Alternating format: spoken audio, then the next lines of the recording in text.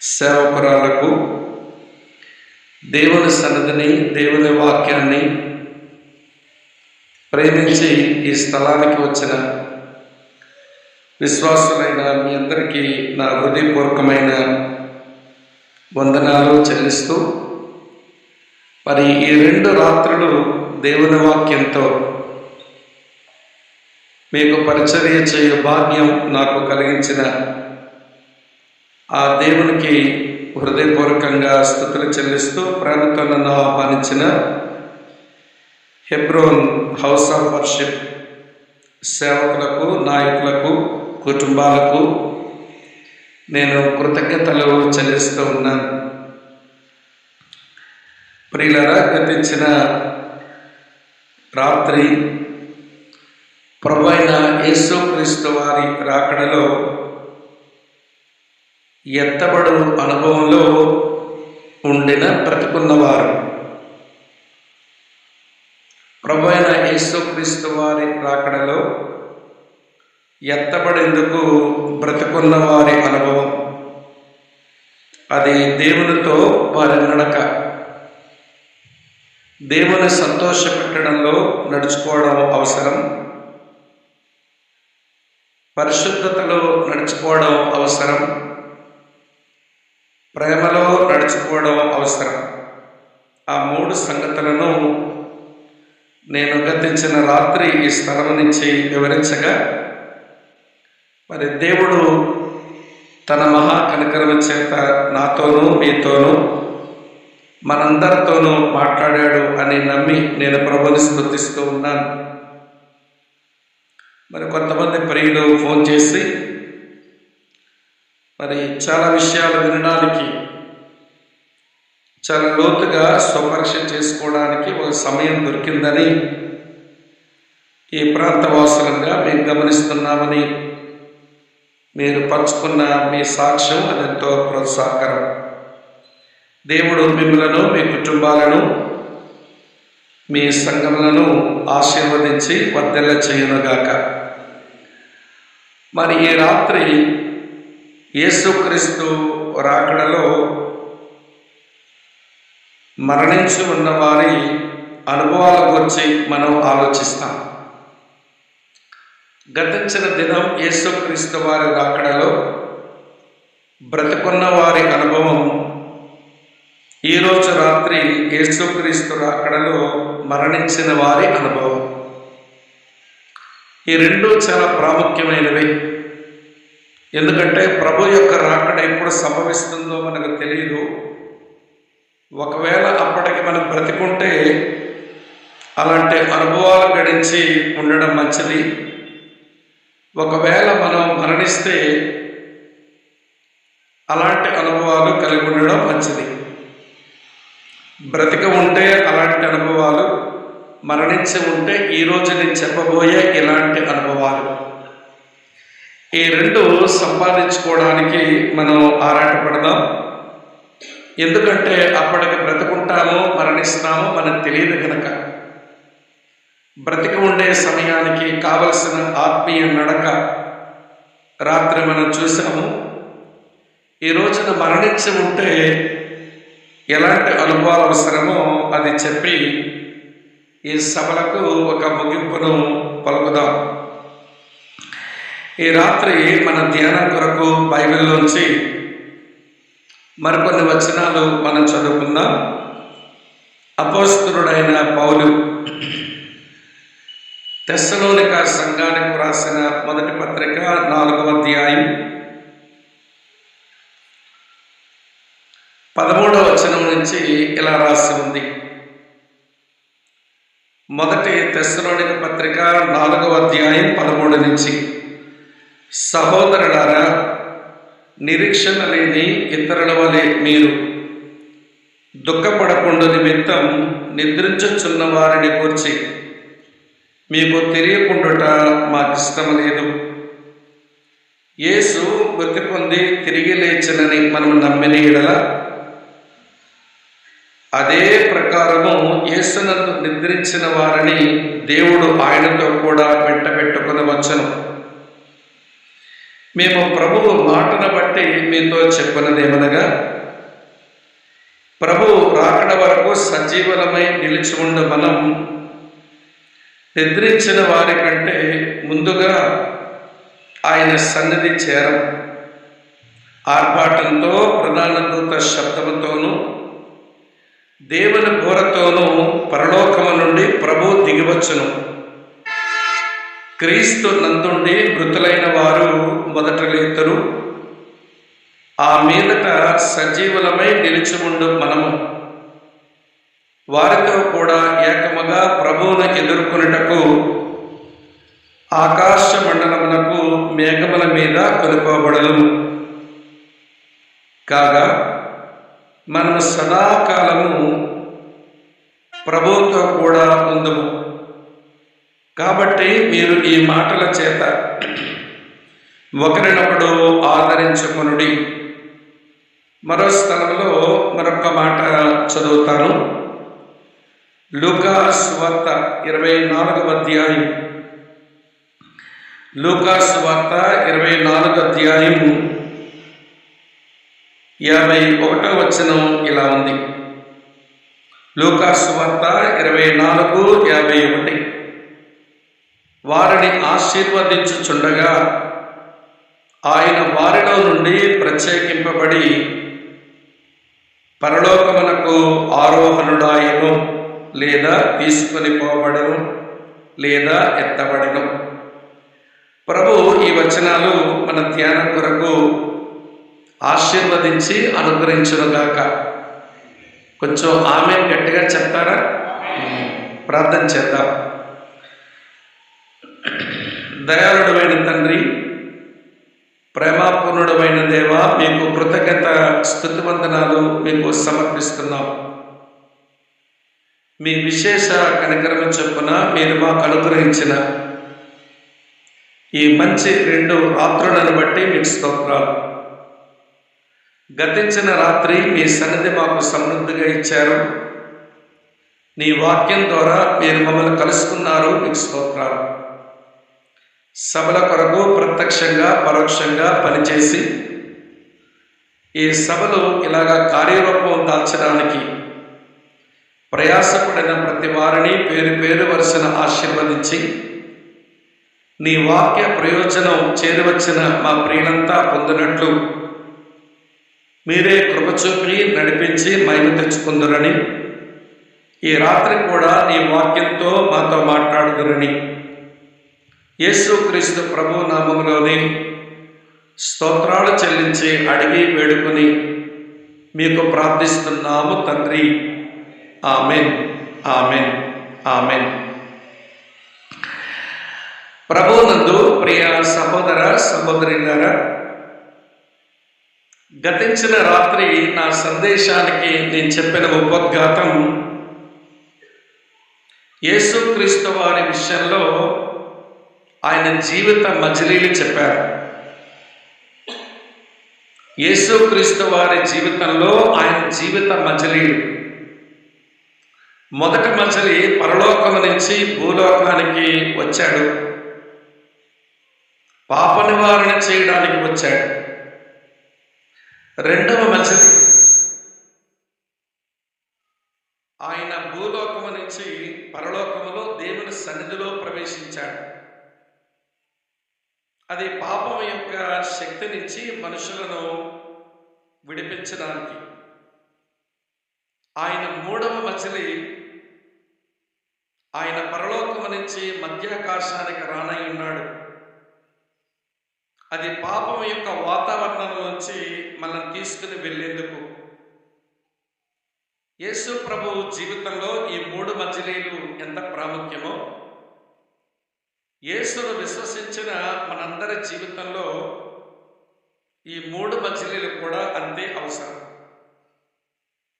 పాపం వల్ల వచ్చిన జీతం నుంచి రక్షించబడాలన్నా, పాపం యొక్క శక్తి నుంచి విడుదల పొంది పరిశుద్ధపరచబడాలన్నా, పాప కాలుష్యం నుంచి విడుదల నుండి మహిమపరచబడాలన్నా, యేసు ప్రభువారి జీవితంలో ఈ 3 మజిలీలు చాలా ప్రాముఖ్యం.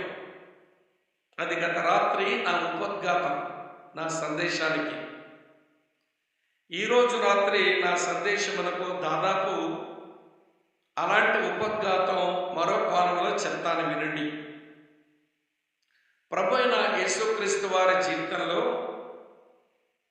ఒక 4 స్థలాలకు విశిష్టత ఉంది. 4 స్థలాలు చాలా ప్రాముఖ్యమైనవి. అందులో మొదటి స్థలం బెత్లెహేములో పశువుల తొట్టె. బెత్లెహేములో పశువుల తొట్టె అది చాలా ప్రాముఖ్యమైనటువంటి స్థలం. రెండవ స్థలం గొల్గొతా కొండ మీద శిలువ. అది కూడా చాలా ప్రాముఖ్యమైనటువంటి స్థలమే. మూడవ స్థలం యెరూషలేములో ఖాళీ సమాధి. అది కూడా చాలా ప్రాముఖ్యమైన స్థలమే. మూడవ స్థలం మధ్యాకాశంలో ఆయన ప్రత్యక్షత. ఆ స్థలం కూడా చాలా ప్రాముఖ్యమే. మళ్ళీ చెబుతాను, వినండి. పశువుల తొట్టె, కలువరి శిలువ, ఖాళీ సమాధి, మేఘాలు, మధ్యాకాశంలో మేఘాలు. ఈ 4 చాలా ప్రాముఖ్యమైన విషయాలు. ఇలా మీతో చెప్పనివ్వండి. మధ్యాకాశంలో మేఘాలలో ఆయన మనుషులను కలుసుకోకపోతే ఖాళీ సమాధికి విలువే లేదు. ఆ మధ్యాకాశంలో మేఘాల మీద ఆయన మనుషులను కలుసుకోలేకపోతే, ఆ రోజునేది లేకపోయి ఉంటే ఖాళీ సమాధికి విశిష్టత లేదు. ఖాళీ సమాధి అనేది లేకపోయి ఉంటే కలువరి శిలువకు విలువే లేదు. కలువరి శిలువే కానీ లేకపోయి ఉంటే బెత్లెహేములో ఆ పశువుల తొట్టెకు అంత ప్రభావమే లేదు. ఈ 4 స్థలాలు దేవుని పిల్లలకు 4 అనుభవాలు ఇస్తాయి. బెత్లెహేములో పశువుల తొట్టె అది మన విశ్వాసానికి, మనలో దేవుని విశ్వాసం పుట్టడానికి కారణమైతే, కలువరిలోని ఆ శిలువ దేవుని మీద మనకు ప్రేమ పుట్టడానికి అది కారణమైతే, ఆ ఖాళీ సమాధి మన లోపల నిరీక్షణ కలిగించడానికి అది కారణమైతే, మధ్యాకాశంలో ఆ మేఘాలు మనకు ఆదరణ కలిగించే అనుభవం తెస్తాయి. దేవుని పిల్లలమైన మనకు ఈ 4 అనుభవాలు అవసరమే. విశ్వాసము, ప్రేమ, నిరీక్షణ, ఆదరణ. విశ్వాసము, ప్రేమ, నిరీక్షణ, ఆదరణ. యేసు ప్రభు వారు సంచరించే ఆ 4 స్థలాలు మనకు 4 రకాల ప్రయోజనాలు ఇస్తాయి. అయితే ఈ 4 స్థలాల్లో 3 స్థలాలలో ఆయన దర్శించడం, ప్రయాణం చేయడం అయిపోయింది. బెత్లెహేము తొట్టులోనికి వచ్చాడు. ఈ భూమి మీద మనుషులకు తన విశ్వాసం కలిగించేందుకు ఆయన ఎందుకు వచ్చాడో కారణాలు చెప్పుకున్నాడు. కలువరి శిలువకు వెళ్ళాడు. అక్కడ ఆయన శిలువేయబడ్డ వలన మనుషులకు కలిగే ప్రయోజనాల గురించి కూడా అది మనుషులకు వివరించబడింది. అలాగే ఖాళీ సమాధి దగ్గర ఆయన లేడు. సమాధిని ఆయన గెలిచి లేచాడు. అక్కడ మనకు దొరికే ప్రయోజనాలు కూడా ఆయన చెప్పాడు. కాబట్టి ప్రియులారా, విశ్వాసము, ప్రేమ, నిరీక్షణ, ఈ 3 దేవుని పిల్లల జీవితంలో కలిగి ఉండవలసిన అనుభవాలు. ఒక దైవజనుడు అంటాడు, క్రైస్తవుల జీవితంలో అది క్రైస్తవ జీవిత బండికి ఇంధనం అన్నాడు. ఫ్యూయల్. గతించిన ఒక 3 రోజులు కొంచెం ఇంధనం లేకపోయేసరికి కార్లలో, బస్సుల్లో, లారీల్లో ప్రయాణం చేసేవారు వాళ్ళు తిప్పలు పడ్డారు. నేను కూడా చాలా తిప్పలు పడి వచ్చాను. ఎక్కడో విజయవాడ అవతల భవానీపురం నుంచి శ్రీకాకుళం చేరడానికి మరి ఇంధనం లోపం వచ్చింది. మరి ప్రయాణం సాగుతుందో లేదో అన్న భయం కూడా వచ్చింది. మొత్తానికి ఎట్లో గట్లా డీజిల్ పోయించుకొని ప్రయాణం చేయగలిగాం. అలాగనే క్రైస్తవ జీవిత బండికి విశ్వాసము, ప్రేమ, నిరీక్షణ ఈ మూడు కలిస్తేనే ఈ జీవిత బండి బాగా సాగుతుందన్నమాట. ఇంజిన్ ఆయిల్ అవసరం, టూటీ కూడా అవసరం, పెట్రోల్ కూడా అవసరం. ఈ మూడు లేకపోతే బండి సరిగా ప్రయాణం చేయదు. అలాగనే క్రైస్తవ విశ్వాస జీవితంలో విశ్వాసము, ప్రేమ, నిరీక్షణ ఈ మూడు అవసరం. ఈ మూడు అవసరమని పౌలు భక్తుడు తాను రాసిన రోమాపత్రిక దగ్గర నుంచి తెస్సలోనిక సంఘానికి రాసిన సంఘపత్రికల్లో చివరి పత్రిక వరకు ఈ మూడింటి ప్రస్తావన చేయకుండా ఆయన ఏ పత్రిక ముగించలేదు. మన విశేషంగా కొరింథీయులకు రాసిన మొదటి పత్రికలో 13వ అధ్యాయం చివరలో ఈ మూడింటి యొక్క విశిష్టతను గురించి మాట్లాడారు ఆయన. చదువుతాను చూడండి, 13వ వచనం 13 కాగా విశ్వాసము, నిరీక్షణ, ప్రేమ ఈ మూడు నిలుచును, వీటిలో శ్రేష్టమైంది ప్రేమ అన్నాడు. సరే, అది ఇప్పుడు చెప్పడం నా సందేశం కాదు, కానీ ఈ మూడు క్రైస్తవులుగా అనుభవించిన మనం ఇక జరగవలసింది ఒకటి ఉంది. మధ్యాకాశంలో మనం సంపాదించుకోవలసిన అనుభవం. ఈ అనుభవం మనకు ఆదరణ ఇస్తుంది అని భక్తుడు చెప్పాడు. చూడండి, మొదటి తెస్సలోనిక పత్రిక 4:18 కాబట్టి మీరు ఈ మాటల చేత, ఈ సందేశం ద్వారా ఒకరినొకడు మీరు ఏం చేసుకోండి, ఆదరించుకోండి. యేసుక్రీస్తు యొక్క రెండవ రాకడ, సంఘమును ఆయన తీసుకుని వెళ్ళడానికి వచ్చిన ఆయన ప్రత్యక్షత దేవుని పిల్లలకు ఆదరణ కలిగించే సందేశం కనుక ఈ సందేశం బట్టి మీరు ఆదరణ పొందండి అన్నాడు. కనుక నేను ఈ రాత్రి వేళ అపొస్తలుడైన పౌలు సంఘం ఎత్తబడ్డం గురించి ఆయన చెప్పినటువంటి ఈ కీలకమైనటువంటి సందేశం, ప్రియులారా, ఈ 6 వచనాలను ఆధారంగా చేసుకుని ముందు ఒక 3 సంగతులు చెప్తాను.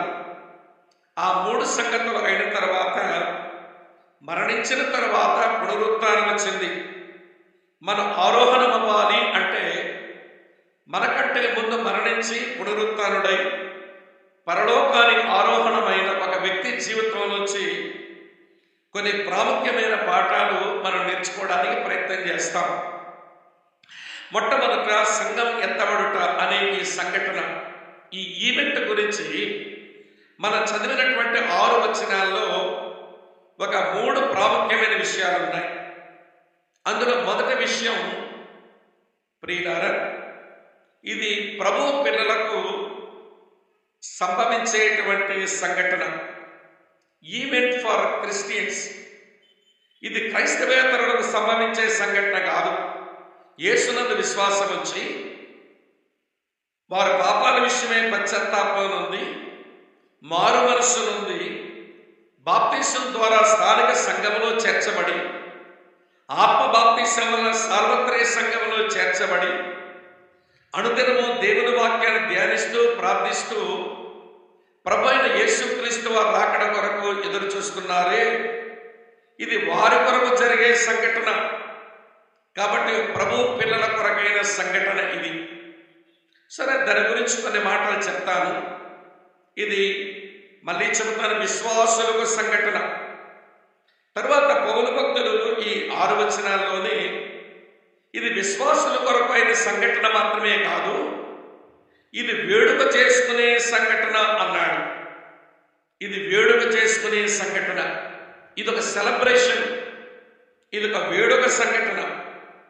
మూడో మాట ఏమంటాడు భక్తుడు అంటే, ఇది మనల్ని ఊరడించేటువంటి సంఘటన, మనల్ని ఆదరించగలదు, ఊరడించగలడు. ఈ సంఘటన ద్వారా ఆయన మనల్ని ఆదరిస్తాడు, ఆయన మనల్ని ఊరడిస్తాడు. మెట్టుకు ఈ 3 మాటలు గమనించండి. విశ్వాసుల కొరకైన సంఘటన, ఇది వేడుకతో కూడిన సంఘటన, వేడుక చేసుకునే సంఘటన, ఇది ఊరడించే సంఘటన. ఈ 3 ప్రాముఖ్యమైన విషయాలు 6 వచనాల్లో ఉన్నాయి. కనుక నేను సావధానంగా ఈ సంగతులను చెప్పే ప్రయత్నం చేస్తాను. శ్రద్ధ వహించి మీరు ఆలోచిస్తూ ఆలకించాలని నా మనవి. దీన్ని మీరు ఆలోచిస్తూ మీరు వినాలి అని నా కోరిక. మీరు ఆలోచించకపోతే మీరేమీ మోసుకుని పోలేరు. మీరు ఆలోచించకపోతే మీరు ఏమీ నేర్చుకోలేరు. కనుక మీరు ఆలకిస్తూనే ఆలోచించండి, ఆలోచిస్తూనే ఆలకించండి. మీరంతా ఎక్కడ ఉన్నారని అనుకుంటున్నాను. ఉంటే ఒకసారి దేవుని స్తోత్రం చెప్తారా? చాలా సంతోషం. మంచిది ప్రియులారా. మొట్టమొదటి విషయం, ఇది విశ్వాసుల కొరకైన సంఘటన, ఈవెంట్ ఫర్ బిలీవర్స్. ఇది దేవుని పిల్లలకు, విశ్వాసుల కొరకైన సంఘటన. దేవుని పిల్లలు కానివారి కాదిది. ఇది విశ్వాసులు కానివారి కాదిది. ఇది ప్రభువునందున్న వారికే అనే విషయం చాలా స్పష్టంగా ఈ భాగంలో దైవజనుడు రాస్తాడు. సరే, ఇది విశ్వాసుల కొరకైన సంఘటన అన్నప్పుడు ఇది ఏమి సంఘటన అంటే, ఇది వాగ్దానముతో కూడిన సంఘటన. ఇది ఈవెంట్ విత్ ప్రామిస్. దేవుడు వాగ్దానముతో ఈ సంఘటన జరుగుతుందని వాగ్దానం చేస్తున్నాడు. ఎట్లనో చెప్తాను చూడండి. 14వ వచనం ఇలా ఉంది. తప్పుడు ఫీడ్బ్యాక్ పంచేయండి చూడండి. 1 తెస్సలోనిక పత్రిక 4:14లో యేసు మృతి పొంది తిరిగి లేచినని మనం నమ్మిన యెడల అదే ప్రకారము యేసునందు నిద్రించిన వారిని దేవుడు ఆయనతో కూడా వెంటబెట్టుకుని వచ్చెను. మేము ప్రభు మాటను బట్టి మీతో చెప్పినదేమనగా, మేము అనగనగా అని చెప్పే కథ చెప్పడం లేదు. మేమేదో మీకు ఒక ఇతిహాసమో ఒక కిట పురాణమో మీకు వివరించడం లేదు. ప్రభు అయిన యేసుక్రీస్తు వారు వస్తారు. వచ్చినప్పుడు ప్రభువునందు మృతులైన వారిని మొదట లేపుతారు, వారిని తీసుకుని పోతారు. అటు పిమ్మట విశ్వాసులైనటువంటి బ్రతికి ఉన్న సంఘాన్ని, బ్రతికి ఉన్న పరిశుద్ధులను ఆయన తీసుకుని పోతారు. ఈ సంఘటన దేవుడు వాగ్దానం చేసినాడు. ప్రియ సోదరి స్నేహితులారా, ఎలాగ ప్రభు ఈ వాగ్దానం చేశాడో పరిశుద్ధ లేఖనాల్లో చాలా సంగతులు ఉన్నాయి. ఆయన వాగ్దానం మొట్టమొదట యోహాను సువార్త 11వ అధ్యాయం 25వ వచనంలోని కొసమెరుపు ఆయన ఒకటి అందించారు. యోహాను సువార్త 11వ అధ్యాయం, యోహాను సువార్త 11వ అధ్యాయం ఇలా రాసి ఉంది. ప్రియులారా, మీ కొరకే చదువుతున్నాను చూడండి. చాలా మంచి మాట. 25, 26 వచనాలు. అందుకు యేసు, పునరుత్థానమును జీవమును నేనే. నా యందు విశ్వాసముంచువాడు చనిపోయినను బ్రతుకును, బ్రతికి నా యందు విశ్వాసముంచిన వాడు ఎన్నటికీ చనిపోడు. ఈ మాట నమ్ముచున్నావా అని ఆయన అడిగాడు. కనుక చనిపోయిన వారు ఒకరోజు తిరిగి బ్రతుకుతారు. బ్రతికి ఉన్న వారికి మరణించకుండా వారు తిరిగి పరలోక రాజ్యానికి, వారు మధ్యాకాశానికి ఎత్తబడతారు అని ఈ సత్యం వచ్చిన కొసమెరుపులాగా అట్లా విడిచిపెట్టారు ఆయన. అటు తర్వాత వాగ్దానంతో చెప్పాడు. అమ్మా వింటున్నారా? ఇది వాగ్దానంతో చెప్పిన మాట. యోహాను సువార్త 14వ అధ్యాయం 3వ వచనం చదువుతున్నాను, వినండి. నేను వెళ్ళి మీకు స్థలము సిద్ధపరిచిన యెడల నేనుండు స్థలములో మీరును ఉండులాగున నేను మరలా వచ్చి నా యొద్ద ఉండుటకు మిమ్మల్ని తీసుకుని పోవదును అన్నాడు.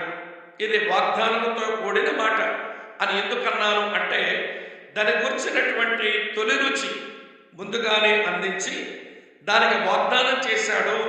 ఇది ప్రభు మాటను బట్టి మనతో చెప్పబడుతున్న మాట.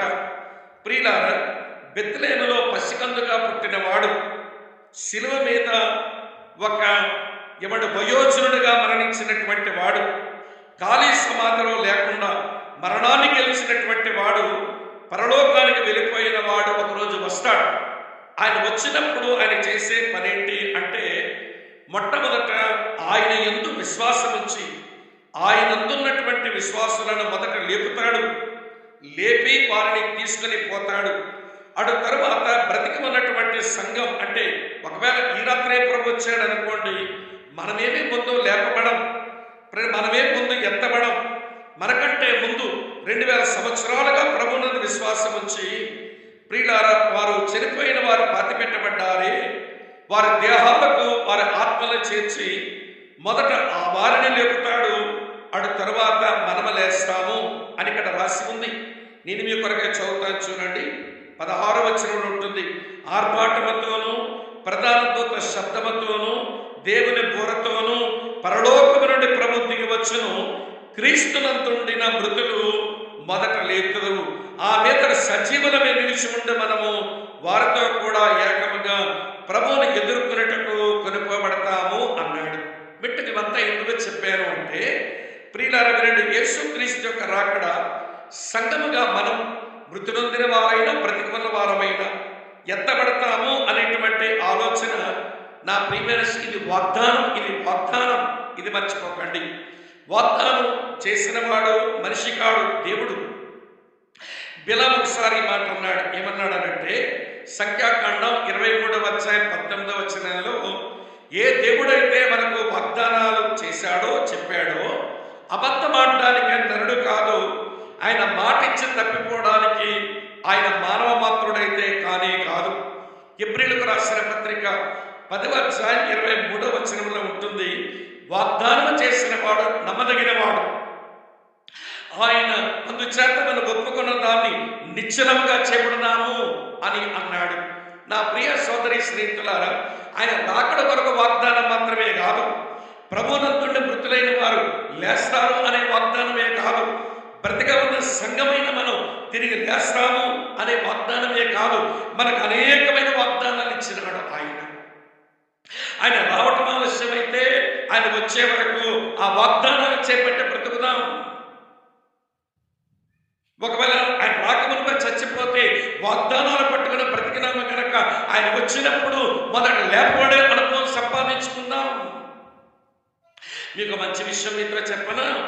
వాగ్దానాలు ఎందుకు అంటే, పేతురు రాసిన 2వ పత్రిక 1వ అధ్యాయం 4వ వచనంలో ఉంటుంది.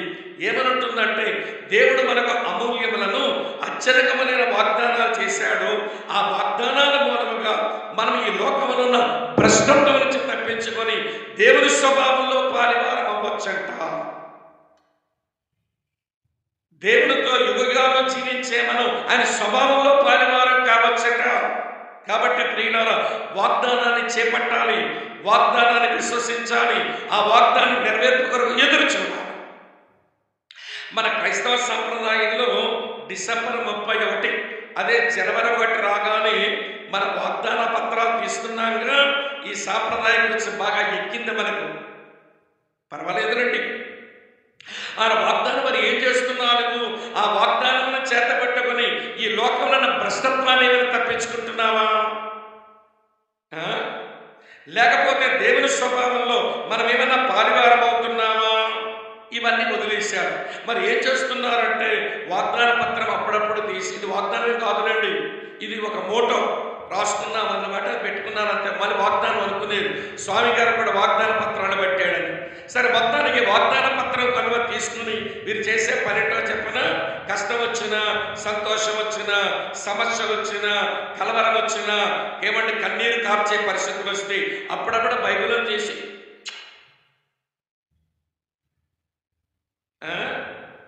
ఏమిటి వాగ్దాన పత్రానికి ముద్దులు పెట్టారు, ఏమిటి దాని ఒంటి మీద దాంతో సిలువేసుకుంటున్నారు, ఇందుకు వారికి ఇచ్చాడు ఆ వాగ్దానం.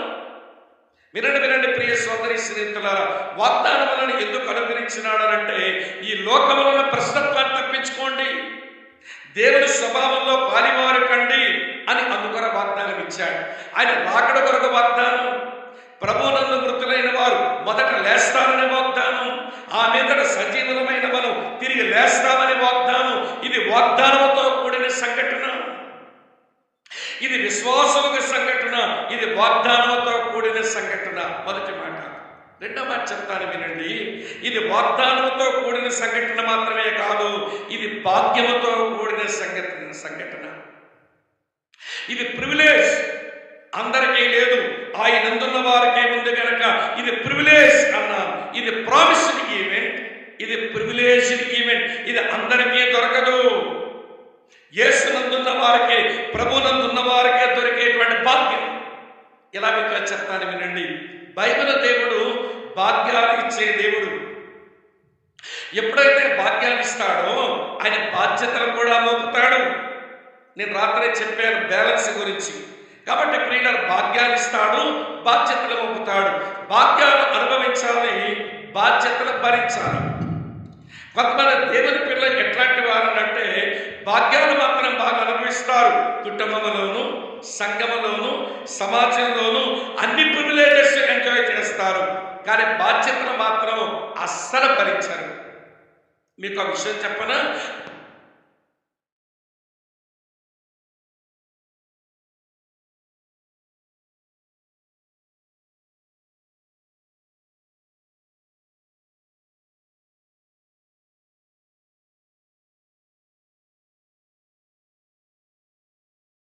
చినుకుల పరీక్ష నెగ్గకపోతే జడివానికి ఏమవుతాము?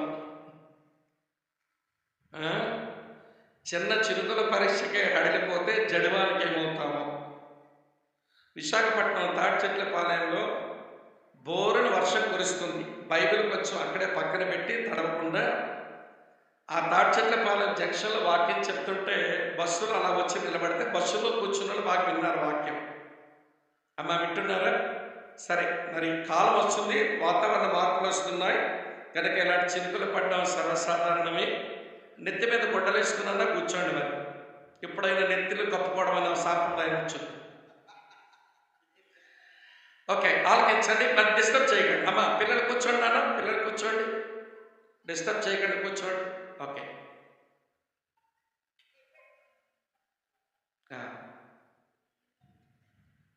డిస్టర్బ్ చేయకండి, కూర్చోండి అలాగా. ఓకే, మంచిది.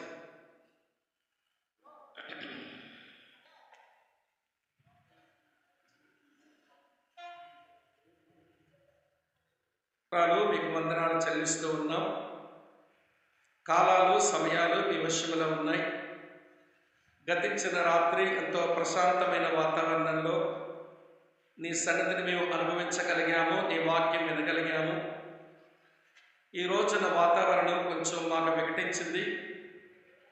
ఈ చినుకుల ప్రభావం వలన నీ ప్రజలు నీ వాక్యం వినలేని పరిస్థితులు ఏర్పడగా మీ కనికరం కోరుతున్నాము.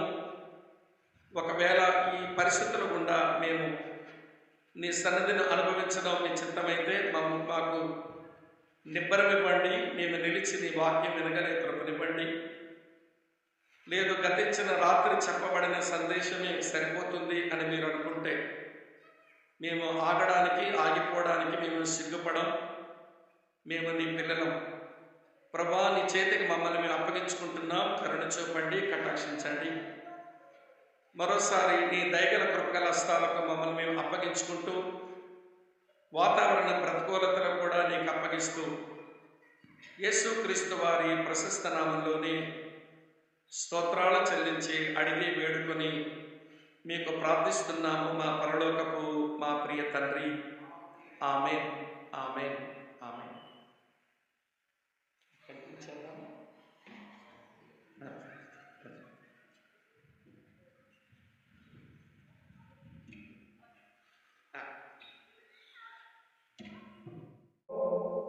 ప్రధాన సందర్భంలో ఆయన ఉపన్యాసానికి నిర్ణయిస్తున్నప్పుడు ఆ పాటతో వస్తాడు. ఆ పాటను ఇది రాజు చేసేది ప్రధాన ఒక శబ్దం మిగిలిన సైన్యాన్ని సమర్థం చేసేది. దేవుని బోర ప్రజలను సమాయత్తం చేసేటువంటి శబ్దం అది. ఆయనను విశ్వాసం ఉంచిన వారిని కలుసుకునేటువంటి అద్భుతమైన గడియ కనుక అది వేడుక సమయం. ఆ వేడుక, ఆ సంతోషం ఏదో కొద్ది దినాలుండి అయిపోయేది కాదు. అది సదాకాలం ఉండేటువంటి వేడుక సమయం. కాబట్టి ఇది విశ్వాసుల కొరకైన సంఘటన, వేడుకతో కూడిన సంఘటన. ఒక రోజున మరణం నాకు ముగింపు కాదు, నేను మరణించిన తర్వాత తిరిగి లేస్తాను, నా ప్రభుతో పాటు సదాకాలం ఉంటాను అనే ఈ ఆలోచన దేవుని పిల్లలకు ఇది గొప్ప ఆదరణ కలిగించేటువంటి సంఘటన. అయితే బైబిల్ గ్రంథంలో మరణించకుండా కొనుక్కోబడిన పాత నిబంధనలో ఇద్దరున్నారు. గతించిన రాత్రి హానోకును జ్ఞాపకం చేశాను. రాజులు 2వ గ్రంథం 2వ అధ్యాయం 11వ వచనంలో ఏలియా కూడా ఉంటాడు. వీళ్ళిద్దరూ మరణమును చూడకుండానే ప్రభు దగ్గర కొనిపోయారు.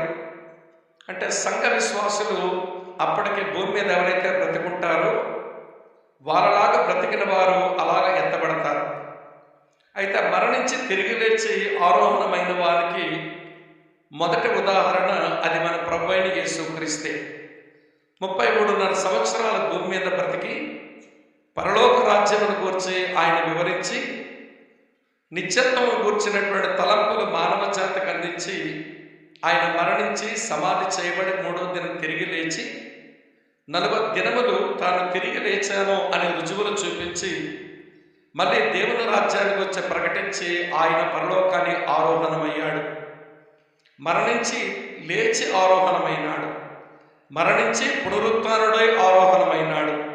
కనుక మనకంటే ముందు అంటే యేసు రాకమునుపు ముందు మరణించిన వారు పునరుత్థానం చెంది యేసులాగానే ఆరోహణమవుతారు. అయితే అలాంటి అనుభవం ఎవరికి సంప్రాప్తమవుతుంది అంటే యేసులాగా బ్రతికిన వారికి. కనుక యేసు ప్రభు కూడా ఈ లోకానికి వచ్చింది కేవలం పాపక్షమాపణించి మోక్షప్రాప్తిని కలిగించడం కొరకు మాత్రమే కాదు, ఆయనకలాగా బ్రతకడానికి ఆయన మనుషులకు ఒక మాదిరి మిగిల్చి వెళ్ళడానికి వచ్చాడు.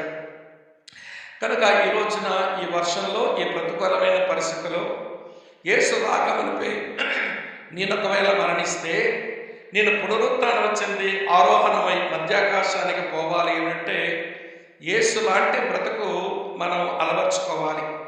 కొన్ని తలపులు చెప్తాను. యేసు ప్రభు భూమి మీద ఎట్లా బ్రతికినాడు అంటే ఫిలిప్పీలకు రాసిన పత్రిక 2వ అధ్యాయం 7వ వచనంలో ఆయన దాసుని స్వరూపమును ధరించుకొని తన్ను తానే రిక్తునుగా చేసుకున్నాడు అని రాసి ఉంది. రిక్తుడు అంటే స్వచ్ఛందంగా ఇష్టపూర్వకంగా మరో మనిషికి పరిచారకుడుగా మారిపోయిన వాడు. సృష్టికర్త అయినటువంటి దేవుడు మనుషుల మధ్యలోనికి వచ్చి ఆయన పరిచారకుడుగా మారిపోయాడు. అందుకే ఆయన అంటాడు, మనుష్య కుమారుడు పరిచర్య చేయించుకోవడానికి రాలేదు, ఆయన పరిచర్య చేయుటకును అనేకులకు ప్రతిగా విమోచన క్రయధనంగా తన ప్రాణమే అర్పించడానికి ఆయన వచ్చాడు.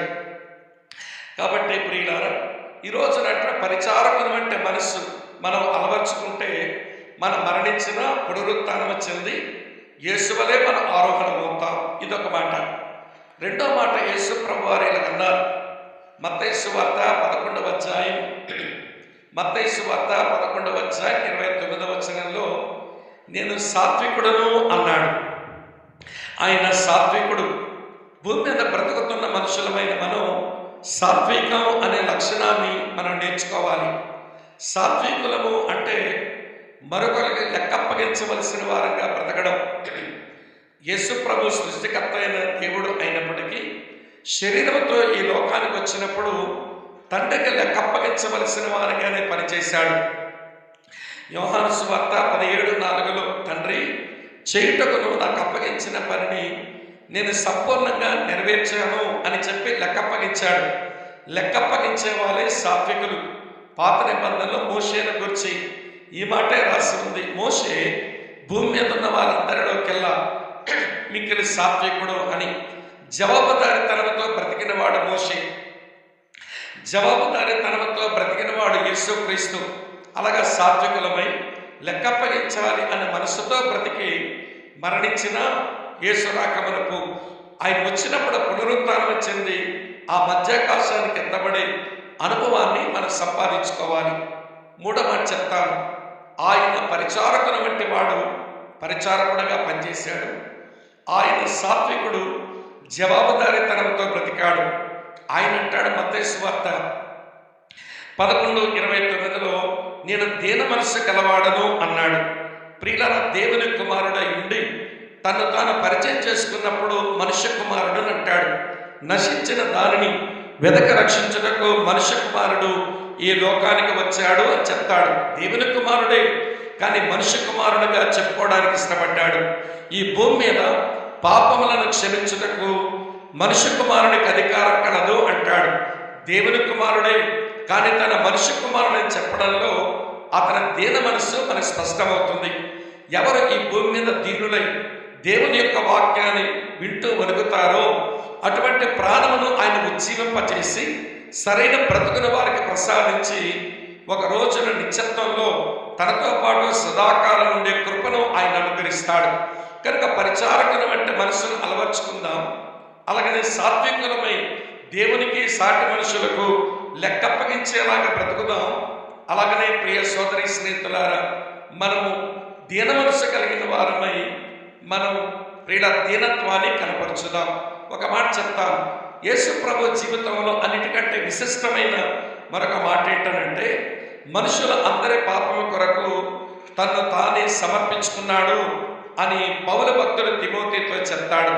కనుక సమర్పణ గుణం యేసు ప్రభువులో ఉంది. నీ కొరకు ఆయన పరలోకమునే సమర్పించుకొని లోకానికి వచ్చాడు. 33 సంవత్సరాలు ఏ సుఖము గౌరవము తనకు దక్కకపోయినా మనందరి పాపం కొరకు శిలువ వరకు వచ్చి తన దేహాన్ని, తన ప్రాణాన్ని, చివరకు తన రక్తాన్ని ధారపోసి మనుషుల కొరకు ఆయన తను తానే సమర్పించుకున్నాడు. కనుక యేసులాగా మృతునుంది, మళ్ళీ పునరుద్ధానం నుండి పరలోకానికి ఆరోహణం కావాలి అని మనం ఆశిస్తే యేసుక్రీస్తు వలె సమర్పణ అనుభవాన్ని మనం కలిగి ఉండడానికి ప్రయత్నం చేయాలి. ఈ 4 అనుభవాలు చాలా మనకు పరిచారకుల వంటి మనసుతో, సాత్వికంతో, దీన మనసుతో, సమర్పణతో బ్రతికిన యేసు చనిపోయినా తిరిగి లేచాడు, తిరిగి లేచి పరలోకాన్ని ఆరోహణమయ్యాడు. అలాగా ఎవరైతే తన వలె పరిచారకుల వంటి మనసుతో బ్రతుకుతారో, సాత్వికులై దీన మనసు కలిగి బ్రతుకుతారో, తమను తాము దేవుని కొరకు సాటి మనుషుల కొరకు సమర్పించుకుంటారో వారు పరలోకమున ఆరోహణమవుతారు. ఇది లేఖన సారాంశం. ఇది అనగనగా అని చెప్పే కథ కాదు, ఇది ఒక ఇతిహాసం కాదు, ఇది లేఖన సత్యం. ఇది అర్థం చేసుకుని, ప్రభువా నువ్వు ఎలాగైతే మరణించి మళ్ళీ పునరుత్థానం చెంది పరలోకానికి ఆరోహణమయ్యావో అటువంటి అనుభవం నాకును అనుగ్రహించినట్లు, ఒకవేళ నీ రాకమునిపై నేను చచ్చిపోతే అలాంటి అనుభవం నాకు ప్రసాదించినట్లు నీ లక్షణాలు నాలో పునికి పుట్టించండి, నా లోపల పుట్టనివ్వండి అని ఆశతో ఎదురు చూస్తూ ఆ లక్షణాల కొరకు మన ఆధ్యాత్మిక జీవితంలో సాధన చేసి బ్రతుకుదాం. అట్టి కృప దేవుడు మనందరికీ ప్రసాదించి అనుగ్రహించి ఆయనే మహిమ తెచ్చుకొనును గాక. పరమ తండ్రి, మీకు స్తోత్రాలు చెల్లిస్తున్నాం. గతించిన దినం నీ రాకడ సమయంలో బ్రతికి ఉన్న పరిశుద్ధులు వారు ఎలా బ్రతికితే ఎత్తబడతారో మేము ఆలోచించాం. ఈరోజు మీరు రాకమునిపై మేము మరణిస్తే పునరుత్థానం చెంది ఎత్తబడ్డానికి మేము ఎలాగ బ్రతకవలసి ఉందో నీ జీవిత అనుభవాల నుంచి కొన్ని సంగతులు మేము నేర్చుకోవడానికి మీరు మా సహాయం చేశారు. దూరం నుంచి దగ్గరకు వచ్చి తడుచుకుంటూ నిలబడుతూ నీ మాటలు వింటున్న మా ప్రియులందరినీ జ్ఞాపకం చేసుకుని నీలాంటి పరిచర్య ధర్మం చేసే వాళ్ళంగా, నీలాగే సాత్వికులంగా బ్రతికేలాగా, నీలాగే దీన మనసుతో ఉండినట్లు, నీకులాగే సమర్పణ అనుభవంతో బ్రతికి అనేకులకు మార్గదర్శకులమై బ్రతికి ఉన్నప్పుడు, చనిపోయిన తర్వాత వచ్చినప్పుడు పునరుత్థానం చెంది ఎత్తబడినట్లు నీ కృపా కార్యం నాలో మాలో అందరిలో జరిగించమని, దూరం నుంచి నీ మాటలు వింటున్న ఈ ప్రాంతవాసులను కూడా ఆశీర్వదించమని. వాతావరణం మమ్మల్ని ఆపింది అని మేము అనుకోవడం లేదు. ఈ పరిస్థితుల్లో నీ వాక్యం వినడం ఇది మీ చిత్తం అని అర్థం చేసుకుని నేను ప్రకటించాను, మా ప్రియులు కూడా విన్నారు. మీ కృపాకార్యం చేయండి, మీరు తనింపండి. మహిమ ఘనత ప్రభావాలు మీరే తెచ్చుకుంటారు అని యేసుక్రీస్తు వారి ప్రశస్త నామంలోనే స్తోత్రాలు చెల్లించి అడిగి వేడుకుని మీకు ప్రార్థిస్తున్నాము తండ్రి.